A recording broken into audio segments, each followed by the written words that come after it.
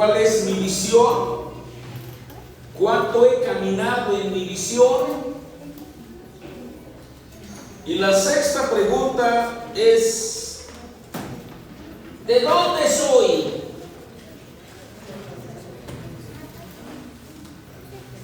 Y yo creo que los más diríamos, somos mexiquenses. Los más, porque no creo que aquí haya algún chilango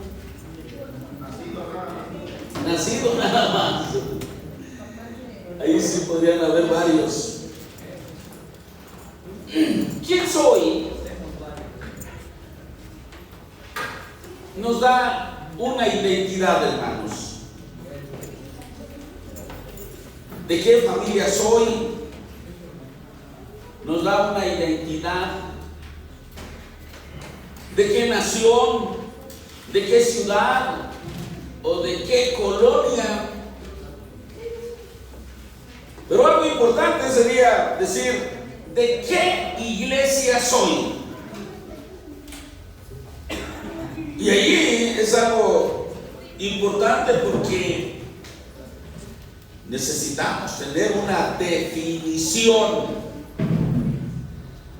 Puedo ser mexiquense, puedo ser naucalpense, puedo ser aquí de la colonia México 86. Pero lo más importante, ¿de qué iglesia soy? ¿Y por qué digo que lo más importante es de qué iglesia soy?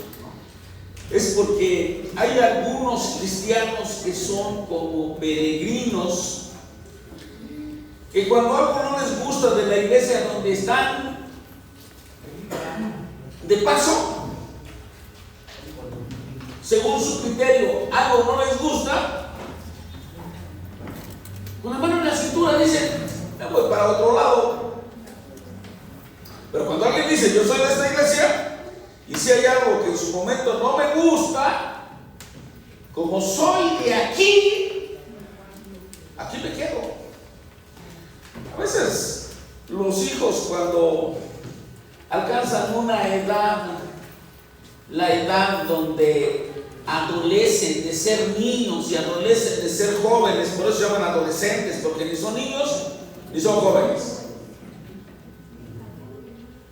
Ni la casa donde están les gusta, no les gusta nada, pero aunque no quieran, no se pueden ir de ahí.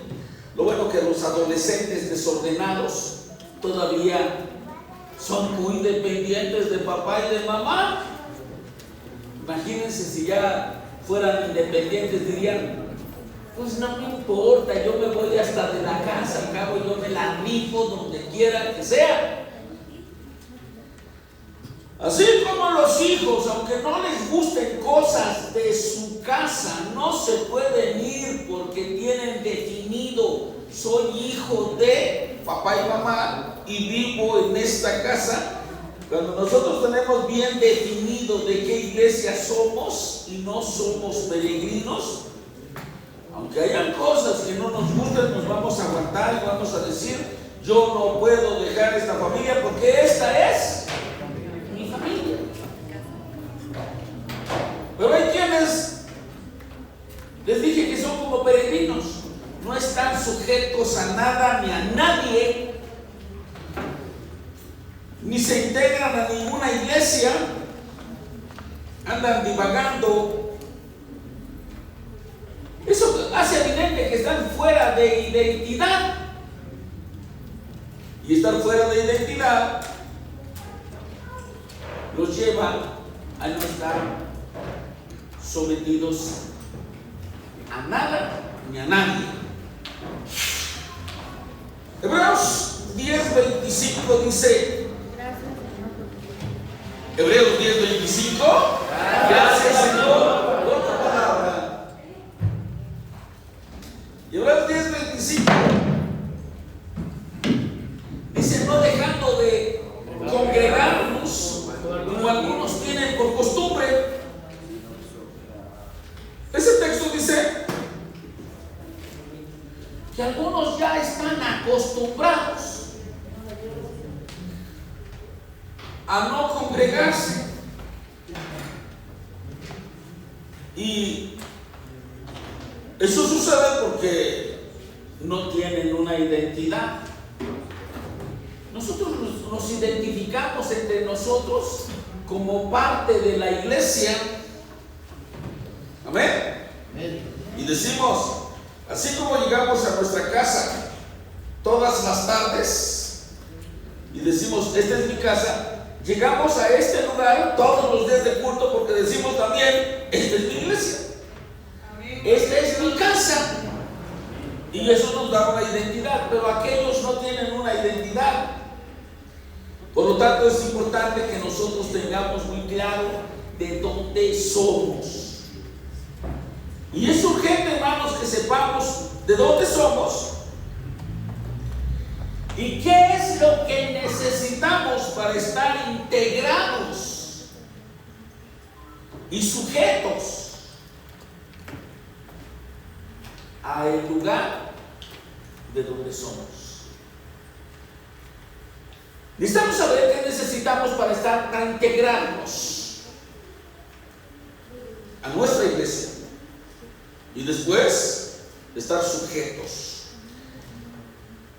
Ahí en Hebreos 13:17, gloria al Señor, aleluya. Hebreos capítulo 13 verso 17 dice: obedeced a vuestros pastores y sujetaos a ellos, porque ellos velan por vuestras almas, como quienes han de dar cuenta, para que lo hagan con alegría y no quejándose, porque esto no os es provechoso. Este texto, hermanos, habla de una provisión de Dios para tu vida. ¿Qué es una autoridad? Aquel que nos provee, nos sirve. Aquel que nos provee, que nos defiende, que nos sirve. Nos provee, nos sirve y nos protege. Bueno, una autoridad es eso, pero es una protección. Una autoridad es una protección para nuestra vida. Y ese texto habla de una provisión de Dios para tu vida, de una protección de Dios para tu vida, a través de alguien, hermano, que te cuide. Y eso te da una identidad. Esta es mi iglesia y ese es mi pastor. Dios ha puesto allí de donde tú eres, hermanos, a alguien que te cuide, que vele por ti, alguien que te bendiga, Dios, a través de él, que te proteja y te defienda. La Biblia dice que los pastores velan por nuestras almas. Y eso es para todos aquellos que son parte de la iglesia local.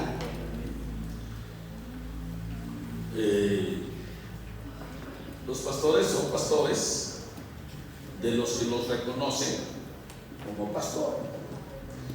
Y si alguien al pastor no lo reconoce como pastor, no es el pastor el que está bateando, es el que batea al pastor, es el que no lo reconoce.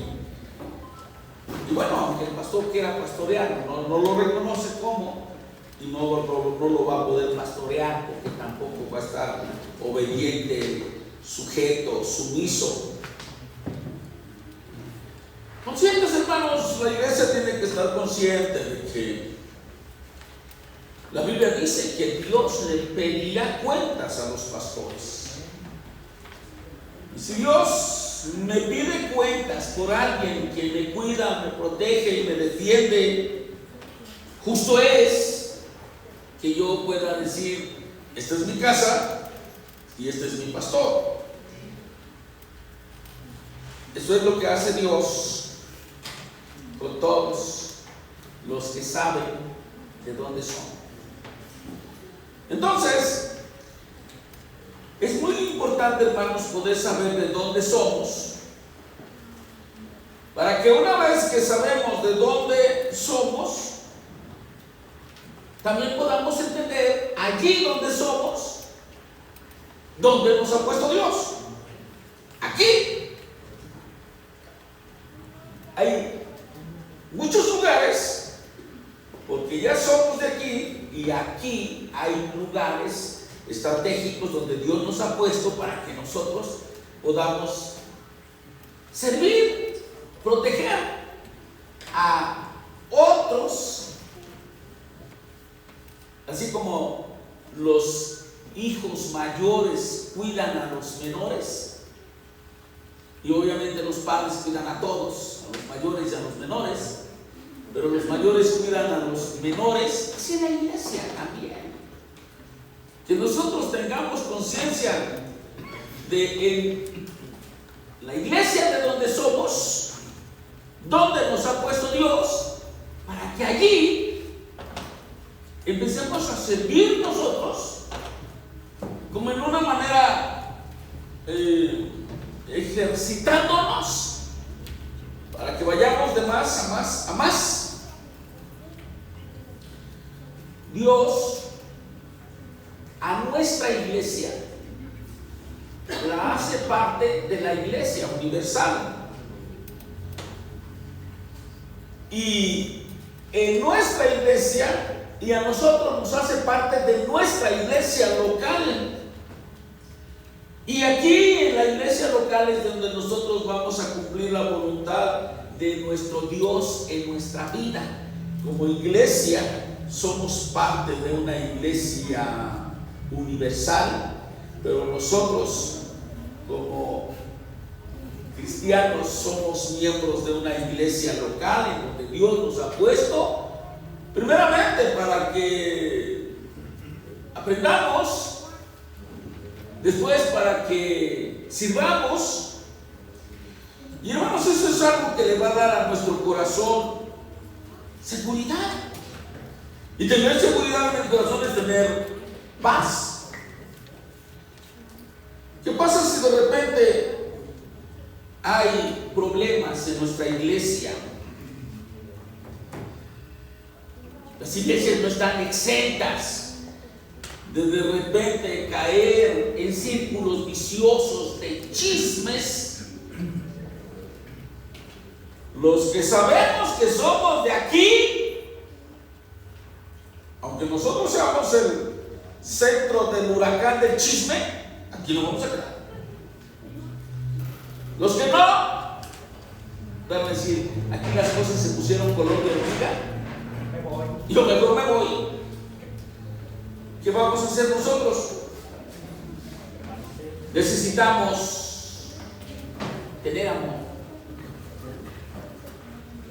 Hay una ligazón en las familias biológicas. Los hijos aman a los padres aman a los hijos, los hermanos se aman entre sí. Esa ligazón emocional que se da en la familia biológica también tiene que darse en la familia espiritual. De repente en las familias hay problemas, y no por eso alguno dice: me largo de esta familia, ya no soy parte de esta familia. De repente hay problemas en la iglesia, y no por eso vamos a decir: me largo de esta iglesia, ya no soy parte de esta iglesia. ¿Qué necesitamos hacer? Tener amor. Necesitamos ser parte de la iglesia, porque la Biblia dice que el amor cubrirá muchas fallas, multitud de pecados. Vamos a mirar lo que dice Proverbios 17:9. Proverbios 17:9. Aleluya. Dice: el que encubre la falta busca amistad, mas el que la divulga aparta al amigo. El que cubre la falta busca amistad. Más el que divulga la falta aleja al amigo. Vamos a mirar lo que dice el 5:12, Proverbios 5:12. Aleluya.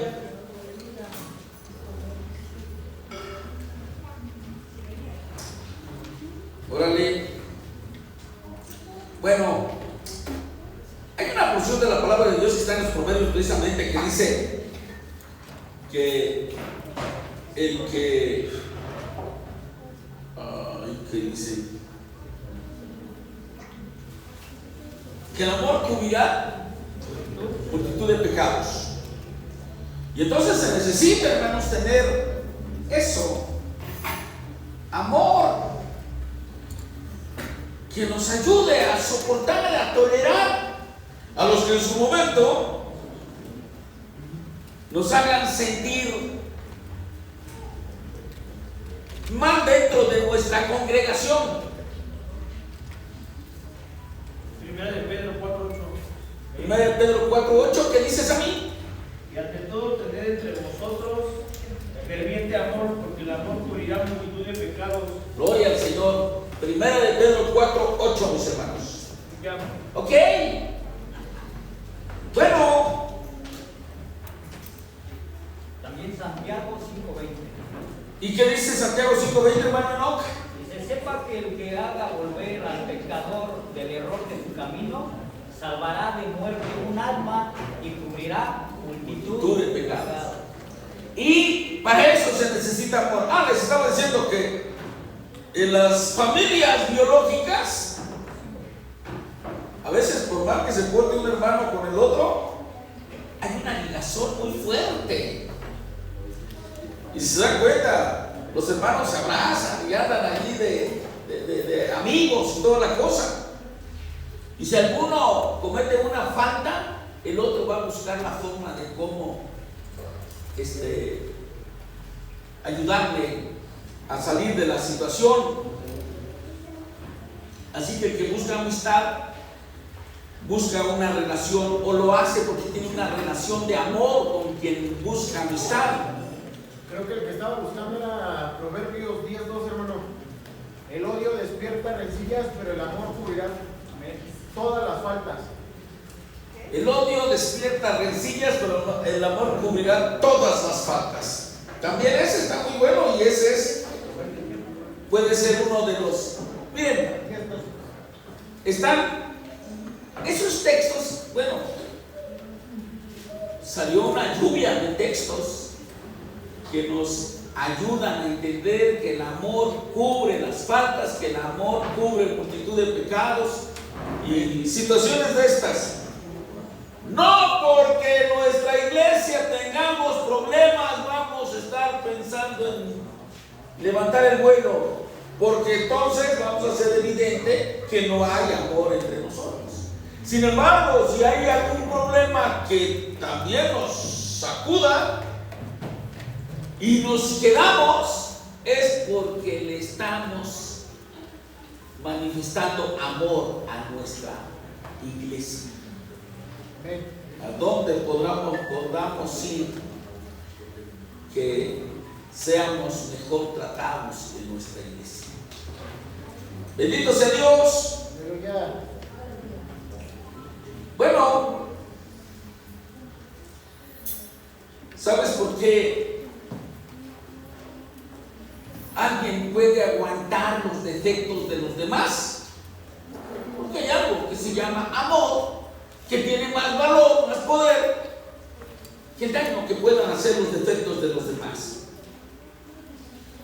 Y así la iglesia puede tener un montón de defectos. Somos de esta iglesia y no los vamos a empezar a divulgar, al contrario, los vamos a tratar de que no se sepa.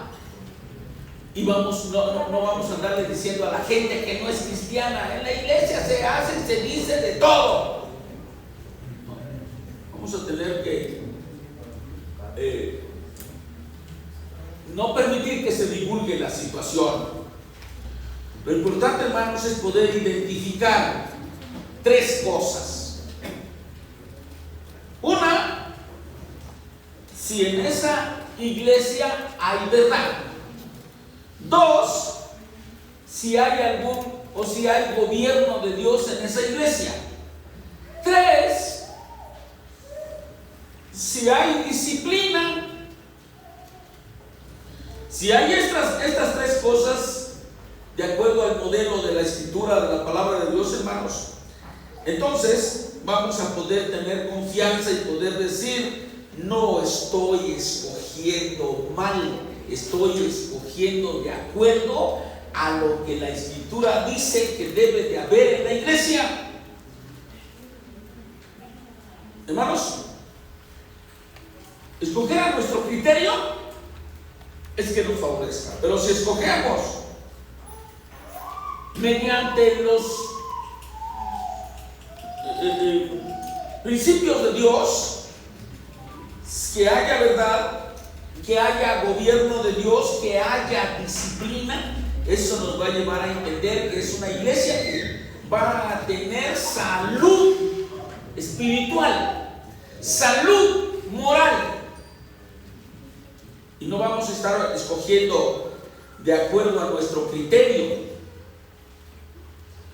sino de acuerdo al entendimiento que Dios nos ha dado. Aleluya. Hermanos, ¿qué es lo que identifica una verdadera iglesia? En las iglesias sin disciplina se pueden mover unos de una manera, otros de otra manera, pero podemos llegar a la conclusión que no tenemos que movernos de acuerdo a nuestros gustos e intereses, sino que tenemos que movernos de acuerdo a los principios divinos de nuestro Dios, que no nos movamos de una o de otra manera, como lo hacen las denominaciones. Muchas denominaciones, si el pastor no les gusta, se juntan y hacen escritos y los mandan a las directivas o a la presidencia nacional y le dicen: este pastor ya no lo queremos, mándenos otro. Hermano, queremos a prueba, y si no nos gustan, se los devolvemos. Hermanos, tenemos que ver qué es lo que Dios quiere hacer para establecernos a nosotros en Dios. Aleluya. Y no que andemos buscando qué es lo que mejor nos acomoda, nos gusta, nos satisface a nosotros, y que llegue el momento en que lleguemos a la conclusión que no cualquiera, además nadie va a llegar al nivel de la demanda, de las diferentes demandas de todos.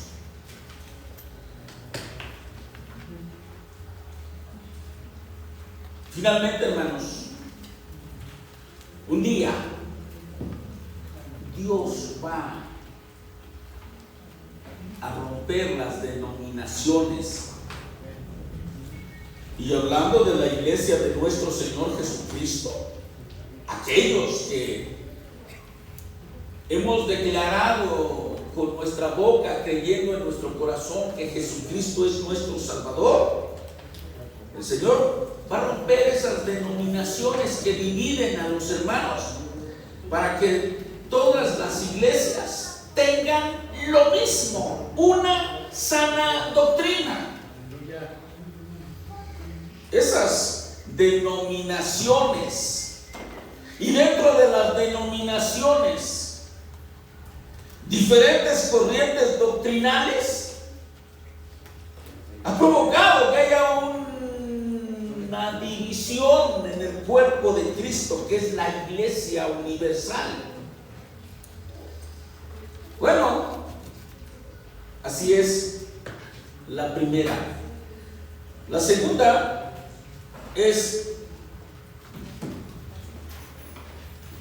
que la doctrina debe de estar basada en el Nuevo Testamento. ¿Saben? Muchas iglesias basan sus doctrinas en el Antiguo Testamento y forman coreografías en el tiempo de la alabanza, y eso es algo que viene del Antiguo Testamento.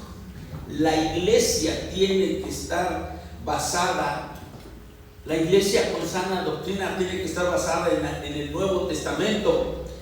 Ninguna doctrina de la iglesia debe de estar basada en el Antiguo Testamento, porque la iglesia no es del Antiguo Testamento, la iglesia es nuevo testamentaria o del Nuevo Testamento. El Antiguo Testamento lo miramos como un material didáctico, y la Biblia dice que son sombras y figuras, son bosquejos de las verdades del Nuevo Testamento. Eso es lo que es el Antiguo Testamento: sombras y figuras, bosquejos de las verdades del Nuevo Testamento. Aleluya. Vamos a mirar lo que dice Hebreos 8:4. Hebreos capítulo 8, verso 4. Aleluya. Y dice la palabra del Señor: así que si estuviese sobre la tierra, ni siquiera sería sacerdote, habiendo aún sacerdotes que presentan las ofrendas según la ley. Hablando de esos sacerdotes, dice: los cuales sirven a lo que es figura y sombra de las cosas celestiales, como se le advirtió a Moisés cuando iba a erigir el tabernáculo, diciendo: mira, haz todas las cosas conforme al modelo que se te ha mostrado en el monte. Todo lo que enseña el Antiguo Testamento dice que son sombras y figuras de las cosas celestiales. ¿Ok? Hebreos 9:23. Aleluya. Dice: fue pues necesario que las figuras de las cosas celestiales fuesen purificadas así, pero las cosas celestiales mismas con mejores sacrificios que estos. Porque no entró Cristo en el santuario hecho de mano, figura del verdadero, sino en el cielo mismo, para presentarse ahora por nosotros ante Dios. Esa es una figura de lo que son las figuras, las sombras, los bosquejos de la originalidad. Dice: fue pues necesario que las figuras de las cosas celestiales fuesen purificadas así. Las figuras de las cosas celestiales. ¿Cuáles eran las figuras de las cosas celestiales? Todo el tabernáculo, el atrio, el lugar santo, el lugar santísimo, la fuente de bronce, el altar del incienso, el altar de bronce y la fuente de bronce que estaban dentro del atrio, el candelero, el altar del incienso y la mesa de los panes de la proposición que estaban dentro del lugar santísimo, y el arca del pacto, perdónenme, la mesa de los panes, el candelero y el altar del incienso que estaban dentro del lugar santo, y el arca que estaba dentro del lugar santísimo. Todo eso era una figura del verdadero tabernáculo que Dios le mostró a Moisés cuando se lo llevó al monte. Y ese verdadero tabernáculo es el que está en el cielo mismo, dice. Gloria a Dios. Dice que esas cosas que eran sombras, figuras de lo verdadero, fue necesario que fueran purificadas así. Pero el 24 dice, porque no entró Cristo en el santuario hecho de mano, figura del verdadero. ¿Cuál era ese santuario hecho de mano, figura del verdadero? El tabernáculo de Moisés. Pero Cristo no entró en ese tabernáculo. La segunda parte de este texto dice, sino que entró, digamos, sino en el cielo mismo, para presentarse ahora por nosotros delante de Dios. Bueno, vemos cuál fue la acción de nuestro Señor Jesucristo entrando en el cielo mismo. Estos ofrecían sacrificios acá abajo, en el que era figura del verdadero, pero ofrecían corderos, cabritos, becerros. Y nuestro Señor Jesucristo fue, y eran sacerdotes de la tribu de Leví, hombres naturales. Pero nuestro Señor Jesucristo entró en el verdadero y no llevó sangre de toros, de machos, cabríos y todo eso. Dice que llevó su propia sangre. Aleluya. Los sacerdotes acá eran hombres humanos. El sacerdote allá fue Cristo mismo. El Espíritu de nuestro Señor Jesucristo la hizo. Tomó hizo las funciones del sacerdote y tomó el cuerpo de Cristo y lo ofrendó y lo ofreció. No entró en el tabernáculo terrenal, sino en el cielo mismo. No entró un hombre falible, involuble, sino Dios mismo. Bueno, todo es muchísimo más excelente. Podemos llegar a la conclusión entonces que nuestra doctrina, la doctrina de las iglesias que tienen sana doctrina, está en el Nuevo Testamento. Aleluya. Las figuras de esas verdades están en el Antiguo Testamento. No se parte, hermano, de la figura para establecer una verdad. Se parte de la verdad y se ilustra con una figura. Parece que no tiene importancia, pareciera no tener importancia. Pero esto que estamos mirando es de vital importancia. La Iglesia Católica se llama iglesia, pero no lo es. Y no lo es porque está basada en los ritos del Antiguo Testamento. Está haciendo un sacerdocio como lo hacían en el Antiguo Testamento. Los visten queriendo emular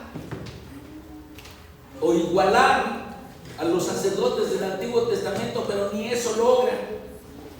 Y hacen sacrificios. La palabra misa quiere decir sacrificio. ¿Ok? Y esos sacrificios de la misa los hacen como si fuera el sacrificio de un animalito del Antiguo Testamento. Y algo así, sin una sana doctrina, no puede llamarse iglesia. ¿Ok? Los testigos de Jehová, ellos también están basados en el Antiguo Testamento. Sus principales reglas y doctrinas están basadas en el Antiguo Testamento. Los cristianos que predican que la salvación se pierde,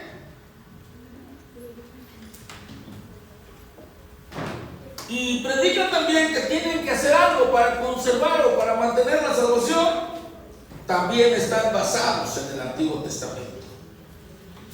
Lo único que les vale a esos cristianos, sí, cuando le entregaron su vida a Cristo, lo hicieron conscientemente, razonadamente, voluntariamente, gustosamente, ellos son salvos.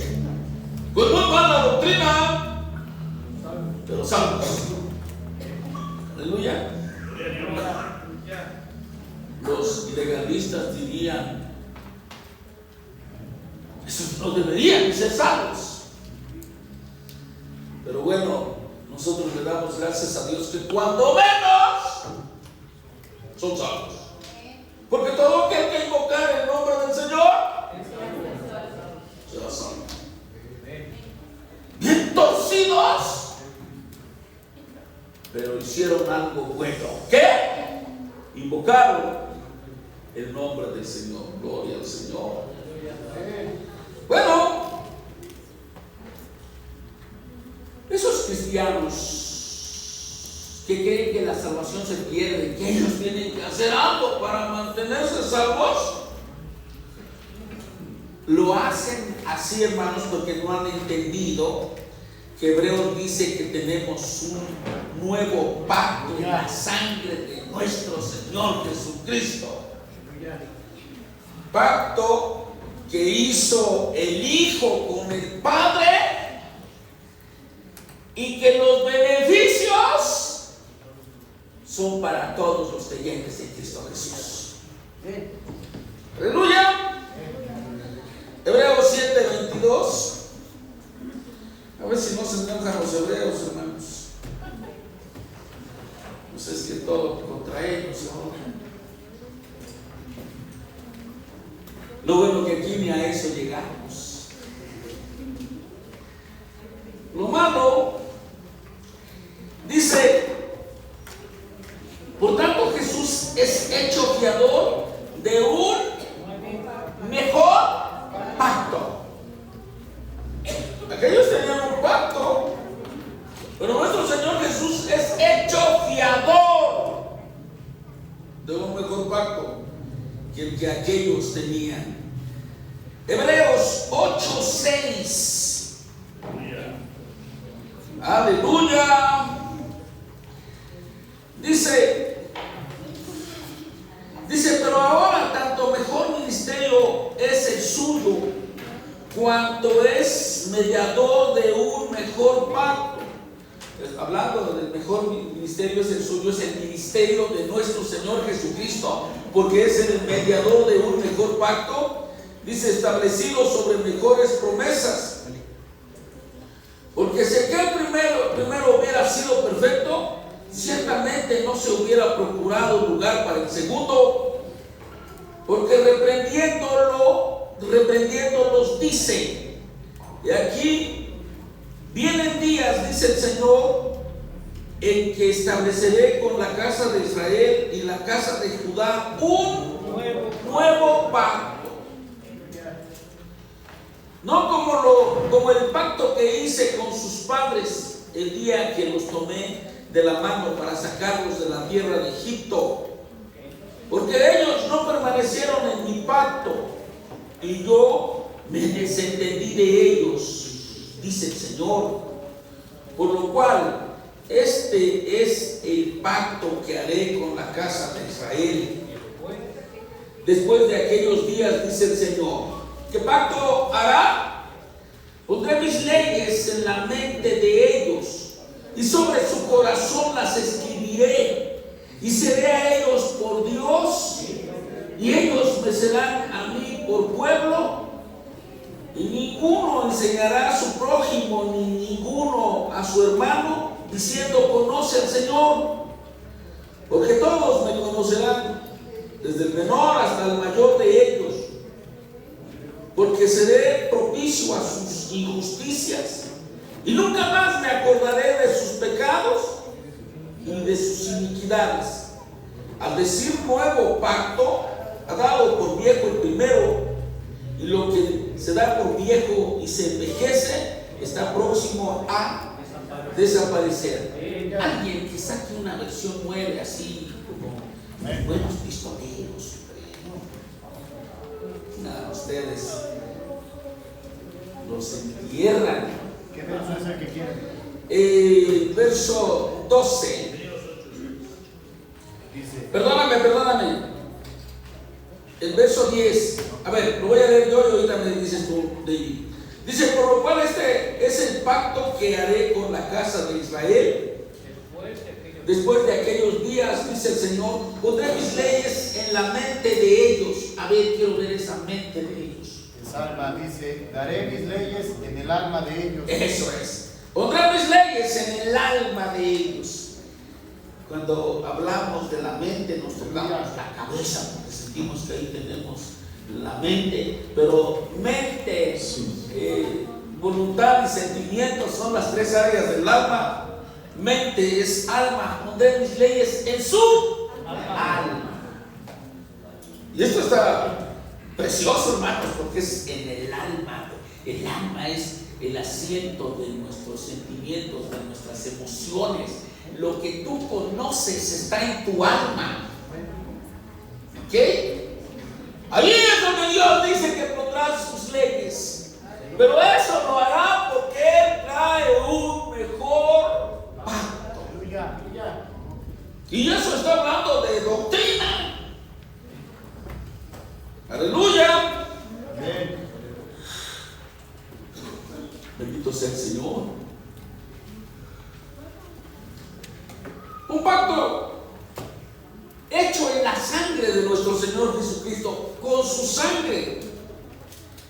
Y que ese pacto también está basado en mejores promesas. Las promesas que tenía el pueblo de Israel eran buenísimas, pero estas son mejores. Un pacto basado con mejores promesas. Eso habla también, dijimos, de doctrina y de una buena o sana doctrina. Y también dice que no es un pacto que pasa, es un pacto eterno. Nadie lo va a poder refutar 10,000 millones de años después. Que digan, ¿y eso quién lo dijo?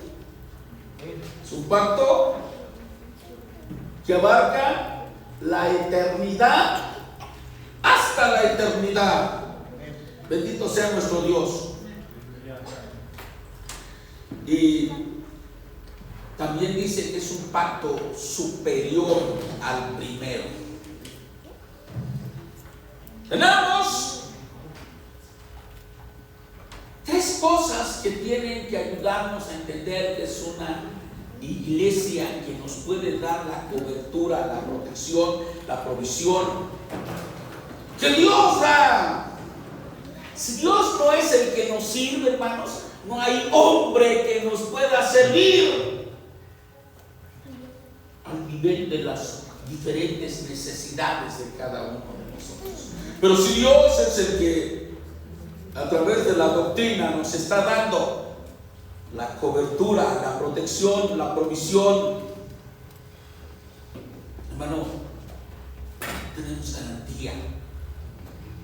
Y que no va a haber nada que nos rebase, porque el Señor, en quien hemos creído y a quien le servimos, está por encima de lo peor que alguien pueda necesitar.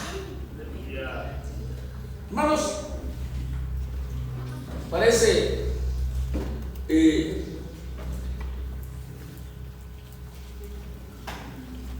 algo redundante, pero hablamos de una iglesia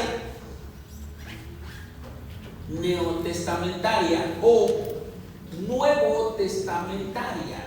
La doctrina de la iglesia, dijimos, de servir, o la iglesia hace doctrina en el Nuevo Testamento. Por eso somos una iglesia nuevo testamentaria o neotestamentaria, porque la iglesia nació en el Nuevo Testamento. Y su verdad está en el Nuevo Testamento. La única interpretación válida del Antiguo Testamento lo encontramos en el Nuevo Testamento. Sin el Nuevo Testamento no podríamos interpretar el Antiguo Testamento. Y podemos entender el Antiguo Testamento cuando empecemos a conocer el Nuevo Testamento. Algunos dicen, bueno, ya conozco el Antiguo Testamento, ya puedo ser un ministro ungido. Si me hablan del Espíritu Santo o del bautismo del Espíritu Santo, pues lo acepto, porque también el Espíritu Santo está en el Antiguo Testamento y nosotros sabemos en quién y en quién y en quién era puesto el Espíritu Santo. Reyes, sacerdotes y profetas. La presencia del Espíritu Santo ya estaba en el Antiguo Testamento. Solamente que en el Nuevo Testamento, cuando nace la iglesia, el Espíritu Santo vino sobre toda carne. Sobre toda carne. ¿Ok? Hoy todos somos reyes. Hoy todos somos profetas y sacerdotes. Para eso fuimos ungidos con el Espíritu Santo, para poder desarrollar a cabalidad esos tres ministerios que eran propios de nuestro Señor Jesucristo. Cuando alguien está recibiendo bautismo de Espíritu Santo y empezando a hablar en lenguas, está siendo ungido por el Espíritu Santo, para que pueda desarrollar un excelente sacerdocio. ¿Cuál es la función de los sacerdotes? Ser mediadores entre Dios y los hombres. Aleluya. Y Dios, cuando nos unge con el Espíritu Santo, nos está dando el que nosotros podamos desarrollar nuestro sacerdocio. Bueno, pero algunos dicen, hay que ungirlos con aceite. Ungir a alguien con aceite era una práctica del Antiguo Testamento. Ungir a alguien con aceite para ordenarlo que desarrolle algún ministerio es parte del Antiguo Testamento. Porque en el Nuevo Testamento no hay que ungir con aceite. ¿Qué hay que hacer? Orar por él, imponer manos. Oramos por quien haya que ordenar y ponerle las manos. Eso fue lo que hicieron con Pablo y con Silas en el capítulo 13 de Hechos. Y eso fue lo que hicieron con todos aquellos que pasaban a tomar parte en algún ministerio. Oraban por ellos y poniéndole las manos. En el Antiguo Testamento había que irlos a ungir. Y dice que llevaban un cuerno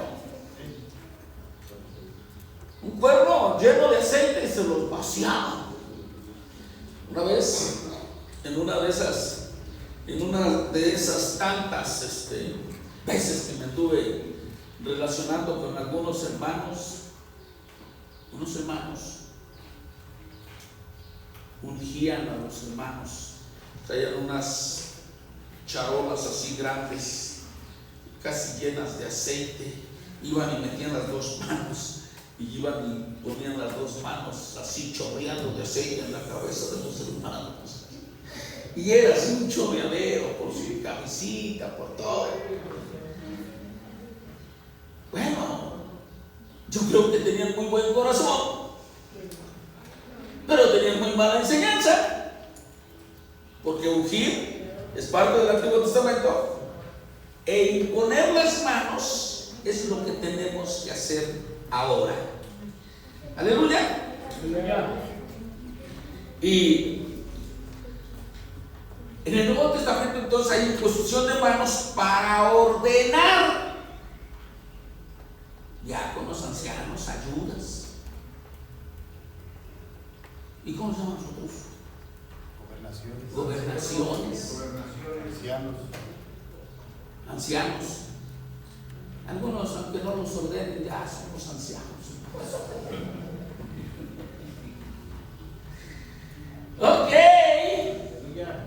Hermanos, tiene que haber ordenación por medio de imposición de manos y no ungimiento por medio de vaciarles el aceite encima. Vean cómo hay una manera muy fácil de poder identificar a una verdadera iglesia. Una manera fácil, clara y bíblica de una iglesia verdadera. Número 3, que una iglesia tenga disciplina. La disciplina, no a todo el mundo le gusta. No habría necesidad de poner reglamentos en las iglesias si la iglesia fuera obediente. Hace tiempo aquí habían unos papelitos que yo creo que con todo y eso mejor los quitamos, porque ya no es una vergüenza tener ahí los papelitos y todo el mundo con celular. ¿Se acuerdan que unos papelitos que estaba prohibido tener celular? No habría necesidad de poner reglamentos en las iglesias o en la iglesia si los hermanos fuéramos humildes, obedientes.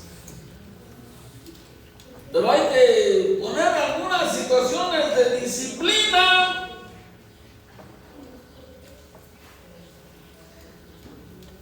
Yo soy muy blandito para las disciplinas, hermanos.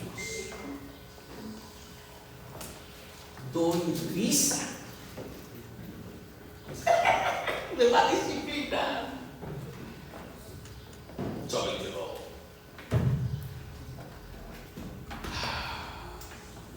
No sé si sea por el corazón del pastor. Necesite un pastor rudo y yo el blanco. Pero quisiera hablar y siento que hablo de más. Pero la verdad, hermanos, es que necesitamos tener una disciplina. Una disciplina en la que por mucho que nos duela el corazón llevarla a cabo para... ¿Alguien se acuerda de lo que dice 1 o 2 de Timoteo 5:20? Dice: los que persisten en pecar, amonéstalos delante de todos para que los demás teman. Primera de Timoteo 5:20. Sí. Así dice, palabras más, palabras menos. A los que persisten en pecar, repréndelos delante de todos, para que los demás también teman. También teman.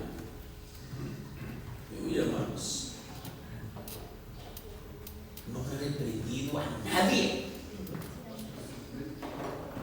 Yo debería de pasar aquí a varios y reprenderlos y hacerles lo que le hizo Nehemías o Esdras a los hermanos. Vamos a darles un coscorrón en la cabeza y arrancarles el cabello, darles un empujón. No hago eso. Pero bueno, no sé, no soy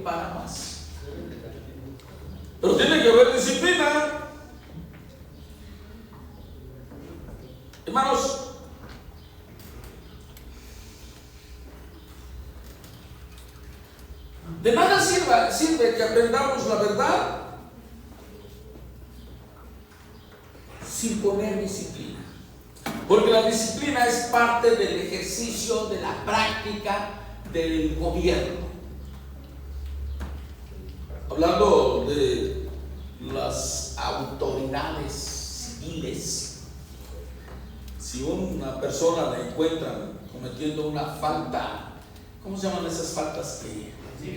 Cívica, una falta a la moral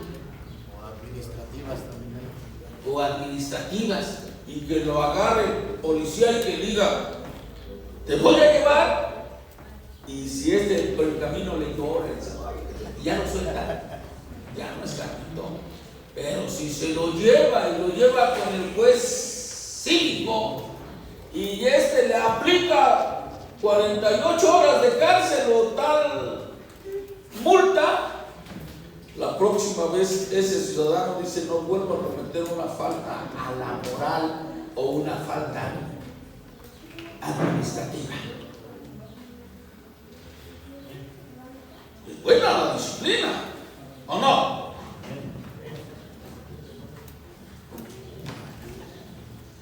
A veces alguien no llega con el juez conciliador porque se pone la del pueblo en el camino. ¿Cómo? Le hablan al pastor. ¿Quién dijo eso? Pepito. ¿Pues qué? Caray, pues ya no me hablen. No los conozco. Ok. ¿Qué hace la disciplina? Forja buenos ciudadanos, forja buenos hijos, forja buenos cristianos. Entonces, ¿se requiere la disciplina? Claro que sí. Hermanos, si Dios quiere corregir cosas en la iglesia, que ya mandó varios mensajitos y los infractores ignoran los mensajitos, va a traer disciplina. ¿Cuál es el primer mensajito que el Señor manda? Examinémonos a nosotros mismos para que no seamos juzgados. Mas siendo juzgados después de no examinarnos, vamos a ser encontrados culpables y vamos a ser castigados por el Señor con un propósito: que no nos condenemos con el mundo. Y cuando Dios te ponga la mano porque desechaste el mensaje de que te autoexamines, aunque le llores y le gimas y le moquees y todo, el Señor te va a decir: no, tienes que aprender la lección. Y después tú vas a... El pueblo de Israel, después de que regresó de Babilonia, es lo que quieran, menos idólatras, porque aprendieron la lección. Entonces la disciplina es importante, la disciplina es necesaria. Y para eso Dios tiene un gobierno. Tiene un gobierno en la casa, tiene un gobierno en la escuela, tiene un gobierno en la calle, en el municipio, y tiene un gobierno en la iglesia. ¿Ok? La disciplina es parte de nuestra protección. Así que, y un gobierno habla de una protección que hace aquel que ejerce bien su autoridad como gobierno. Sirve, protege y provee. Y si eso no le basta al servido, protegido y provisto, también corrige, también disciplina. Pero los sabios, los entendidos, dicen: hombre, con este servicio con esta provisión y con esta protección, yo obedezco. No necesito más. El tercer paso no me interesa, no lo quiero y se lo voy a demostrar a mi gobierno siéndole obediente. Pero si no se da, también está esa opción, hermanos. La corrección. Porque gobierna bien quien protege, quien sirve, quien provee, quien guía, pero también quien castiga.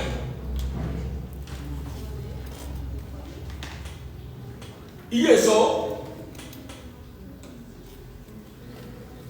nos va a dar una salud espiritual. Gracias, Francisco. Estaba pensando en pedirle al Señor que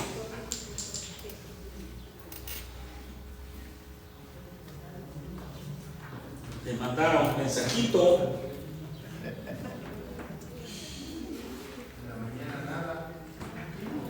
Oh, sí. Hermanos, qué buena es la disciplina. El rey David decía: cuán amables son tus juicios, oh Dios. En tus juicios me deleito cuando razono para qué vienen tus juicios. Yo creo que cuando nosotros hablamos de juicios se nos enchina la piel y decimos: no quiero juicios. Pero David había entendido para qué eran los juicios. Dijo: no, hombre, tus juicios me son bendición.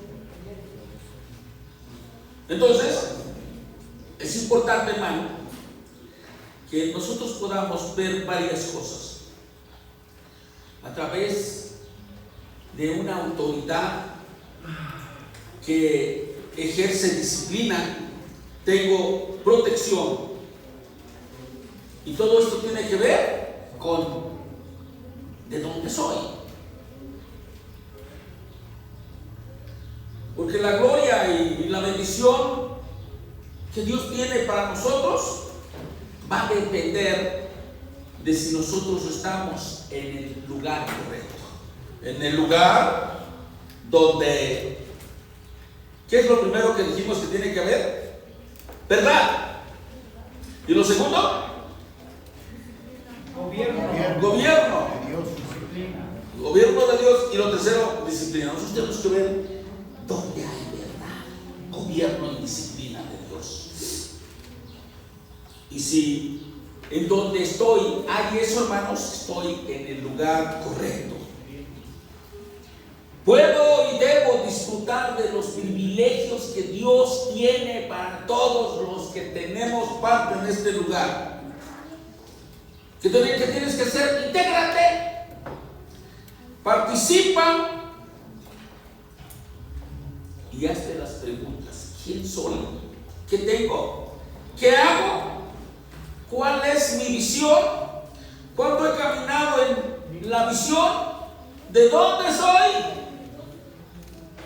Y pasamos a la séptima pregunta, que es: con todo lo que ya miramos, ¿quién soy? ¿Qué tengo? ¿Qué hago? ¿De dónde soy? ¿Cuánto he caminado en la visión? Con todo eso, ¿estás satisfecho actualmente?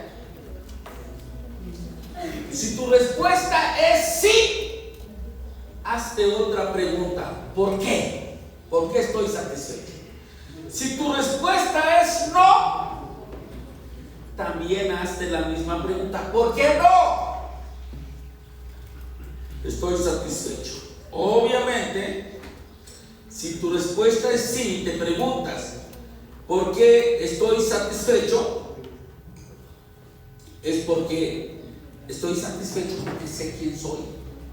Estoy satisfecho porque sé que tengo. Estoy satisfecho porque sé qué hago, cuál es mi visión. Y todas, cada una de las preguntas tienen una respuesta. Por eso estoy satisfecho. ¿Por qué no estoy satisfecho? Porque no sé ni quién soy, ni qué tengo, ni qué hago, ni qué visión tengo. Y entonces podemos ir a lo que dice el apóstol Pablo, Filipenses 3:12. Filipenses 3:12. Aleluya.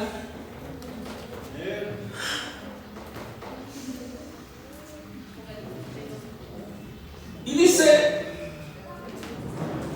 no que lo haya alcanzado ya, ni que ya sea perfecto, sino que prosigo por ver si logro hacer aquello para lo cual fui también asido por Cristo Jesús. Aleluya.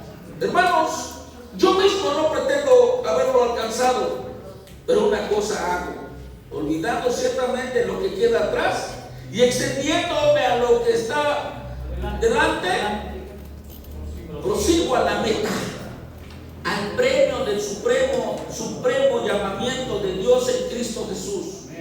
Así que todos los que somos perfectos, esto mismo citamos. Y si otra cosa sentís, esto también os lo revelará Dios. Bendito sea Dios.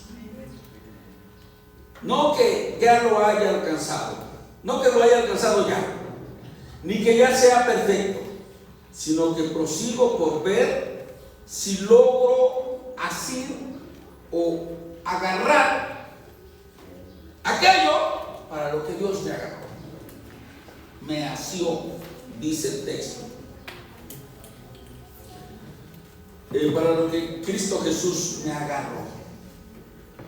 ¿Qué es eso que tenemos que tener en la mente, que tenemos que agarrar? ¿Y qué es eso que dice que Dios nos agarró para que tuviéramos eso? ¿Qué es?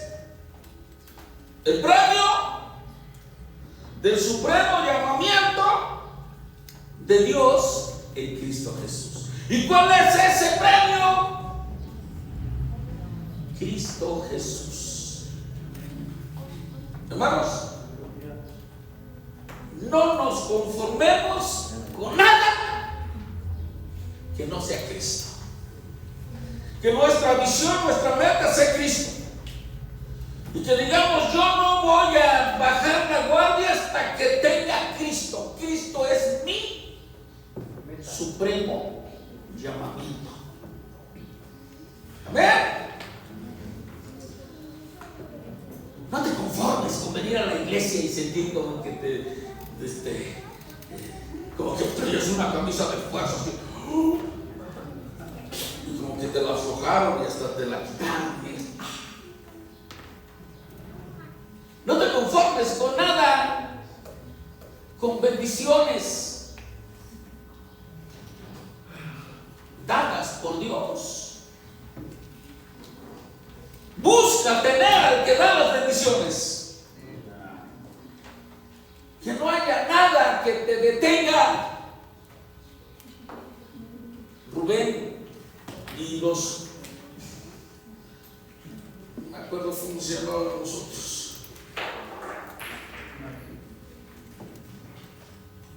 llegaron del otro lado del Jordán y sin saber qué había, o llegaron antes de pasar el Jordán, sin saber qué había después del Jordán, miraron así y dijeron, estos son lugares de pastizales buenos para criar ganado. Y dijeron, nosotros aquí nos quedamos. Se conformaron con menos de lo que Dios tenía para ellos. Que no hayan cosas que digas, estoy rebasado de bendiciones, pero que no sean, que no son Cristo. Vamos con Cristo. Cuando tengamos a Cristo, tenemos todo lo que es de Cristo. Y si vamos por algo inferior a Cristo, va a llegar el momento en que eso ya no te va a gustar. Pero Cristo siempre te va a encantar. Aleluya. Pablo dice que nunca estuvo satisfecho. Pablo siempre fue por más. Nunca conformó con lo que Dios ya le había dado. Dios te dio para que ayer pudieras tener un estilo de vida, valores cristianos. Pero eso que te sirvió ayer, hoy ya no te sirve. Hoy necesitas una bendición nueva. Y como lo que Dios te dio ayer no es Cristo, tú dices: Señor, yo no voy a estar contento hasta que tenga al premio del supremo llamamiento. Sí, gloria a Dios. Y Pablo dice: lo que ya recibí no me convence. Yo quiero más. Yo quiero todo. Yo quiero a Cristo. Hermanos, y no se conformó con menos.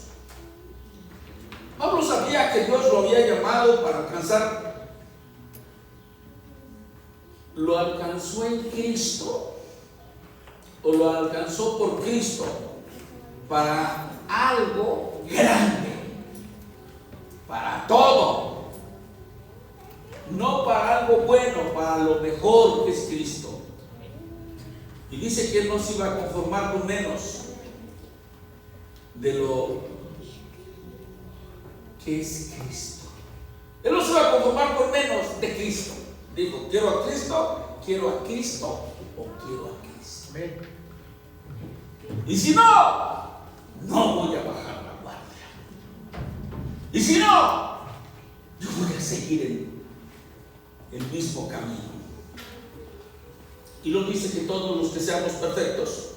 Esto mismo también citamos.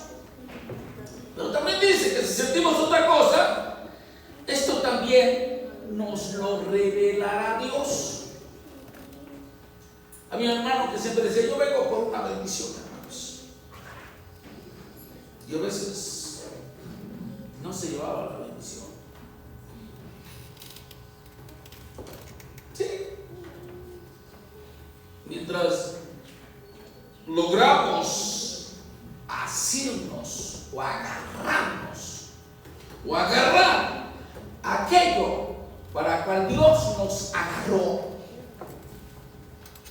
que todas las bendiciones de Dios nos mantengan fieles, firmes, robustos, animados, expectantes. Aleluya. Pero no nos vamos a conformar con otra cosa que no sea Cristo. Conscientes de que cuando tengamos a Cristo vamos a poder servir con la capacidad que sirve nuestro Señor Jesucristo.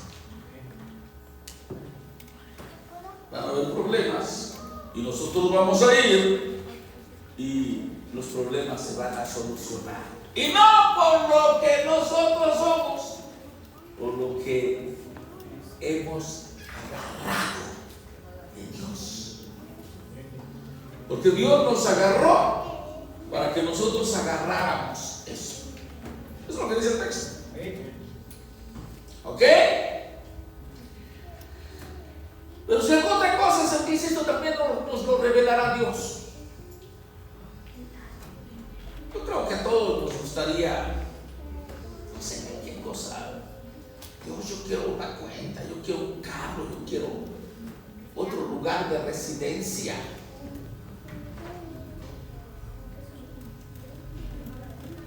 Somos tan volubles y tan descarados.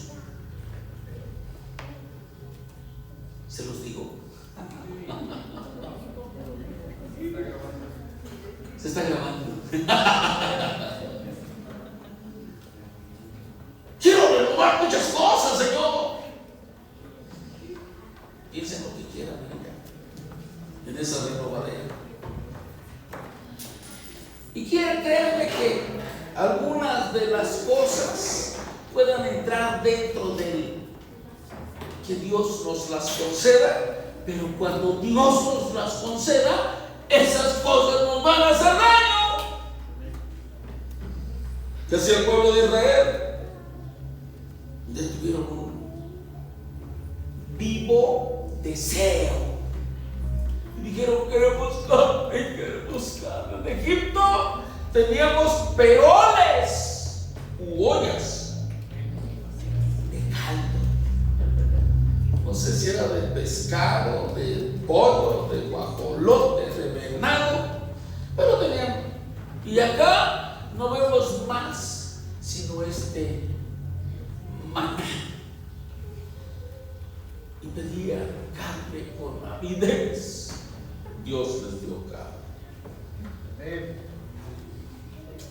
La carne les salía por las narices, hermanos. Se les llenó la boca así. ¡Ah! Y les salían así como longanicitas por las narices. Y les vino un quebranto terrible, porque pidieron lo que Dios no les quería dar. Y algunos venimos y queremos que Dios nos dé bendición, bendición, bendición, y queremos lo que queremos sin entender si es lo que Dios nos quiere dar. Y si eso no es la voluntad de Dios y lo pedimos con tanta vehemencia, Dios nos lo va a dar. Pero eso va a tornarse en un quebranto para nuestra vida. Vamos a mirar qué es lo que Dios nos quiere dar para decir, eso que tú me quieres dar, yo lo voy a reclamar. ¿Cómo le reclamamos a Dios? Con obediencia, con fidelidad, con santidad. No le reclamamos diciendo, esto es mío y lo quiero así. ¿Quieres empezar a reclamar a Dios lo que su palabra dice que es para ti? Empieza a ser obediente, empieza a ser santo, empieza a ser fiel, y vas a ver que Dios te va a conceder. Aleluya. Aleluya. Aleluya. Bendito sea el Señor. Amén. Muy bien.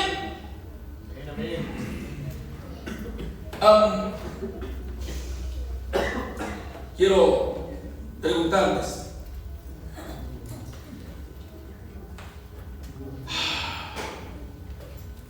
estas preguntas ya les diste una respuesta. Te pregunto, ¿tú qué quieres, hermano? ¿Y estás satisfecho con lo que hasta ahora eres? ¿O hay en tu corazón el anhelo de ir por más? Y estas preguntas tienen una respuesta a medias. Si eso sí, hay oportunidad de poder abrir el corazón y decirle a Dios, Dios, de todas estas preguntas, muchas no tienen respuesta y algunas tienen respuesta a medias. Y no estoy contento. Quiero ir por más. ¿Hasta dónde vamos a ir?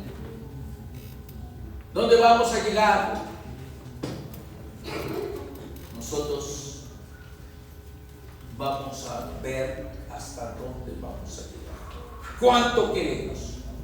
Todo lo que Dios nos ha prometido está ahí.